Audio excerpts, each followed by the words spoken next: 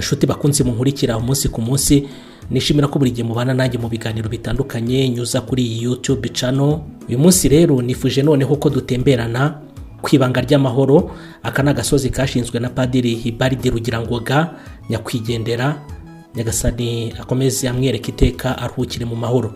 Aka gasozi rero iyo ugakoreho urugendo nyobokamana, aha niho uhingukira, ni mu marembo bwo buvuye mu mujyi wa Kamembe. Ahangaha rero niho uhingukira, ukihagera uhita ugera kuri iyi shusho y'umubyeyi Bikira Mariya. Ni ishusho rero y'umubyeyi Bikira Mariya, umwamikazi w'urukundo. Niyo rero iri mu marembo neza neza y'aka gasozi k'ibanga ry'amahoro. Hirya gato y'iyi shusho hari ahantu umwepiskopi wa Diocese Gatolika ya Cyangugu yashyize ibuye ry'ifatizo ahagiye kubakwa nyine ya ngoro y'ubumwe n'ubwiyunge, ingoro y'umurage w'ubumwe n'ubwiyunge. Ni hirya gato nyine y'iyi ngoro. Hanyuma imbere gato turahabona kiliziya. Ngira ngo abazi kuri aka gasozi k'ibanga ry'amahoro, hambere aha ni ahantu abantu bakoreraga ingendo nyobokamana, ariko imvura yagwa ugasanga abantu baranyagirwa cyane kubera ko babaga ari benshi. Noneho ugasanga no kugama imvura ni ikibazo, ariko murabona ko Padiri Hibaridi Rugirangoga birumvikana nyine na Diocese ya Cyangugu bahubatse kiliziya nziza cyane. Ukigera rero hano ku gasozi k'ibanga ry'amahoro, ukiri no mu marembo nyirizina, uhita ubona iyo kiliziya. Mu ruhande rwa kiliziya rero, mu ruhande rwo hepfo niho hari imva ya nyakwigendera Padiri Hibaridi Rugirangoga. Aha rero niho Padiri Hibaridi Rugirangoga aruhukiye. Reka rero mbanze mbereke uko hameze. Ngira ngo nk'uko mubibona banahashyize intebe, hari ibyicaro ku buryo umuntu wakoreye urugendo nyobokamana agera n'umwanya wo kuza akavugira isengesho, by'umwihariko nyine kuri iyi mva cyangwa se aha haruhukiye Padiri Hibaridi Rugirangoga. Urabona ko hateye intebe zitandukanye. Aha rero niho nyakwigendera aruhukiye kuri aka gasozi k'ibanga ry'amahoro, akaba ari nawe wagashinze. Reka rero mbanze mbereke mu buryo burambuye aka gasozi, nimubanze mukitegereze neza, ngira ngo murakareba. Ni agasozi keza cyane. Ngira ngo rero nk'uko mubibona ni agasozi kari hejuru y'ikiyaga cya Kivu. Ikiyaga cya Kivu murakireba muri metero nke cyane. Ngira ngo nta n'iminota igera kuri 5 ihari kugira ngo umuntu aba ageze kuri icyo kiyaga. Noneho hari naho nza kubereka neza neza aho bakoreye urugendo nyobokamana kuri aka gasozi batangirira inzira zitandukanye. Ndaza kubereka neza neza aho ndiwe mpagaze, ni haruguru neza neza y'iki kiyaga cya Kivu. Ni agasozi keza cyane, uretse kuba n'ahantu hatagatifu, ariko nanone ni n'agasozi kabereye ijisho bitewe n'ahantu gateretse rwose. Hakurya murahabona Repubulika Iharanira Demokarasi ya Kongo, ku rundi ruhande murahabona hakurya ikirwa cya Nkombo, hanyuma hirya murabona indi misozi yitegeye Kamembe, hanyuma kandi mukabona n'indi misozi ya Paruwasi Gatolika ya Nkanka ruguru. Hanyine aka gasozi kari nanone ni muri Paruwasi ya Nkanka, imwe muri paruwasi za Diocese Gatolika ya Cyangugu. Ngira ngo rero murabona ko ari agasozi keza cyane. Hanyuma rero aha duhagaze ni ku ishusho ya Bikira Mariya nyina wa Jambo. Haranditse ngo ndi nyina wa Jambo. Aha rero niho inzira zitangirira. Abakoreye urugendo nyobokamana kuri aka gasozi niho batangirira inzira zitandukanye. Abakora inzira y'umusaraba, inzira yabo ni iyi. Hanyuma kandi aba bavuga ishapure y'ububabare, inzira yabo ni iyi. Ndetse nanone abavuga rozari ntagatifu, inzira yabo ni iyi. Ubu rero izi nzira zose ndaza kuzibereka ku buryo bw'umwihariko. Nagiraga ngo mbabwire ko kuri iyi shusho mu by'ukuri urebye niho urugendo nyobokamana rutangirira. Hanyuma bamwe bagatangirira ku nzira y'umusaraba, abandi bagatangira bavuga ishapure y'ububabare, hanyuma abandi bagatangira bavuga rozari ntagatifu. Biterwa n'uburyo mwapanze urugendo rwanyu. Reka noneho rero mbatambagize izi nzira, by'umwihariko reka duhere muri iyi nzira inyurwamo n'abavuga ishapure y'ububabare. Inzira rero ni inzira inyurwamo n'abavuga ishapure y'ububabare, dore banyura aha tukazamuka, yose ni inzira inyurwamo n'abavuga ishapure y'ububabare.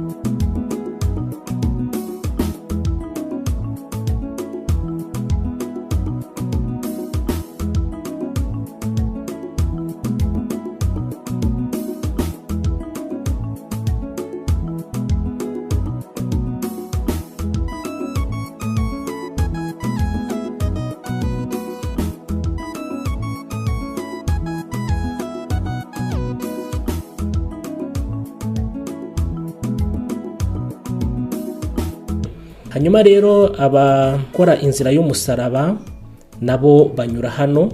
Iyi nzira ni inzira y'umusaraba, abakora inzira y'umusaraba naha banyura. Uko rero mubireba ahangaha ni ku gasozi k'ibanga ry'amahoro. Iyi nzira mubona ndi kumanukamo ni inzira ikorerwamo nyine inzira y'umusaraba. Hagiye rero hashushanyije buri ntambwe ikorwa nyine cyangwa se iterwa mu nzira y'umusaraba, yabishushanyijeho. Rero ni umusozi muremure, ni umusozi rero ukorerwaho ibikorwa bitandukanye. Hirya gato hari abantu bari mu rugendo nyobokamana, hari abavuga inzira y'umusaraba, hari abari kuzamuka mu nzira yo hirya bavuga rozari ntagatifu, hari aho bagera bagapfukama. Ubona ko rero uyu nawo ni umusozi mutagatifu. Nanjye ahangaha rero ndi kumanuka nyine ahakorerwa inzira y'umusaraba. Ni ukuvuga ngo buri ntera iba ishushanyije nk'uko abantu mukorera ingendo nyobokamana ikibeho mubizi abishushanyije. Murabona ko rero inzira zirashushanyije. Yezu ahoza abagore bamuririraga cyangwa se bari barimo bamuririra. Inzira rero zirashushanyije neza. Rero ni agasozi k'ibanga ry'amahoro, ni agasozi uko mubireba hariya hepfo ni ikiyaga cya Kivu, kari neza hejuru y'ikiyaga cya Kivu. Ni ahantu rero hakorerwa ingendo nyobokamana by'umwihariko hano muri diyoseze gatolika ya Cyangugu. N'ubu ngubu hari abakristo ni benshi cyane baje mu rugendo nyobokamana, ariko ku buryo bw'umwihariko hakorerwa ingendo nyobokamana tariki 13 za buri kwezi. Abantu batangira kuhagera mu matariki 10, 11, 12, hanyuma 13 nyine murabizi ko hano habera isengesho ryo gukiza cyangwa se ryo gusabira abarwayi n'ibindi bibazo bitandukanye. Ubwo rero kuri iyo tariki abakristo baba ari benshi cyane kuri uyu musozi. Nanjye rero murabibona ko ahangaha ndi kumanuka nakorerwa inzira y'umusaraba.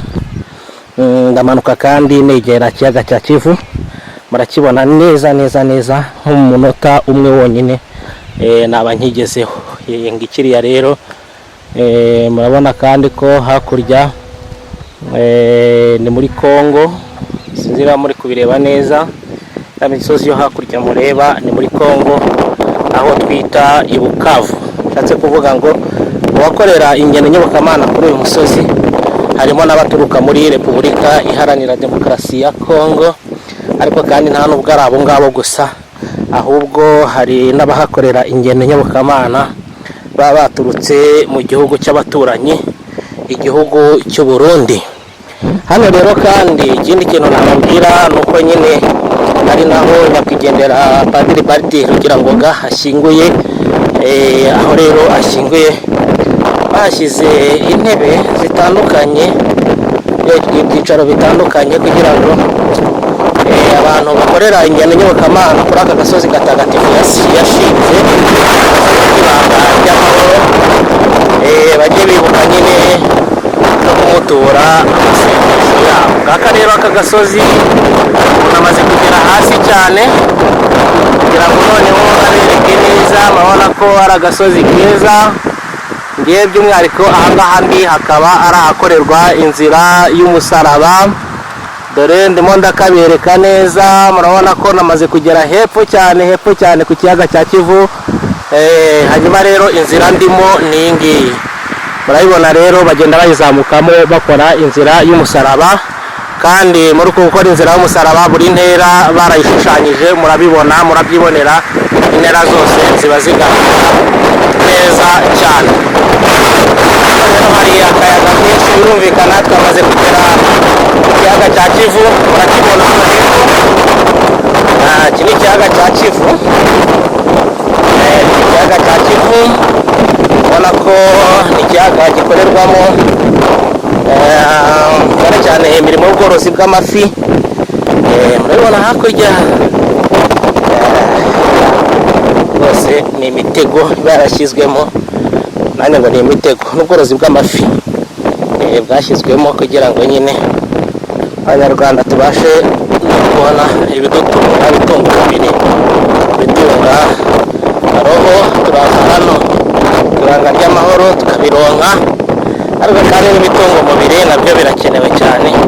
Niyo mpamvu abantu barikira hano mu kiyaga cya Kivu bakirebera ibyiza byaho, ariko kandi bafite n'agafaranga bakihahira isambaza, bakihahira indugu, bakanirebera uburyo ki leta yashyize imbaraga mu bijyanye n'ibikorwa bitandukanye, cyane cyane ibinyabuzima biri mu mazi, amafi akaza ku isonga. Hano rero ikiyaga cya Kivu gikorerwamo imirimo y'ubworozi bw'amafi. Murakibona. Aka gasozi rero k'ibanga ry'amahoro kakaba gaturanye neza n'iki kiyaga cya Kivu. Musozi reka mubereke neza kubera ko namaze kugera hasi.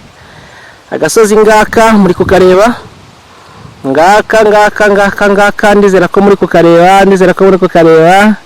Ya nzira nanyuzemo niyi, urabona ko ari inzira ndende. Agasozi ngaka, agasozi k'ibanga ry'amahoro kashinzwe na nyakwigendera Padiri Ibaridi Rugirangoga. Hanyuma rero abavuga rozari ntagatifu, inzira yabo iyi niyo nzira banyura. Ubwo rero biba biterwa n'uburyo mwapanze urugendo rwanyu.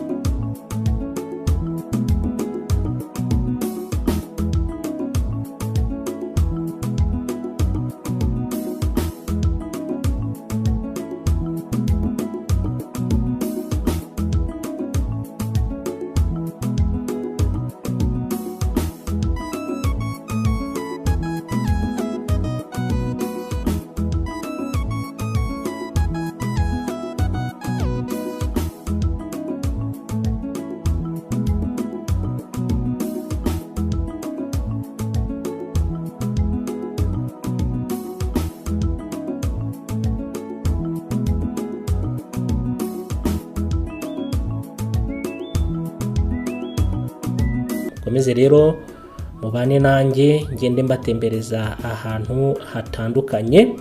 Ndakomeza mbatembereze ahantu hatandukanye, mwirebere uburyo aka gasozi kameze mu buryo bw'amashusho. Ubwo rero abifuza kuzakorera urugendo nyobokamana nababwira iki, ni ahantu heza. Murabona ko ari hejuru rwose y'ikiyaga cya Kivu, ni mu birometero bike cyane uvuye mu mujyi wa Kamembe. Mushobora kuza mukarara i Kamembe, hanyuma cyangwa se mukarara ahantu hatandukanye amacumbi bahari, hanyuma mukaza gukorera urugendo nyobokamana kuri aka gasozi k'ibanga ry'amahoro, agasozi kashinzwe na nyakwigendera Padiri Ibaridi Rugirangoga. Nk'uko rero nabibabwiye, ni agasozi cyane kaberaho isengesho ryo gusabira abarwayi n'ibindi bibazo bitandukanye, cyane ku itariki ya 13 za buri kwezi.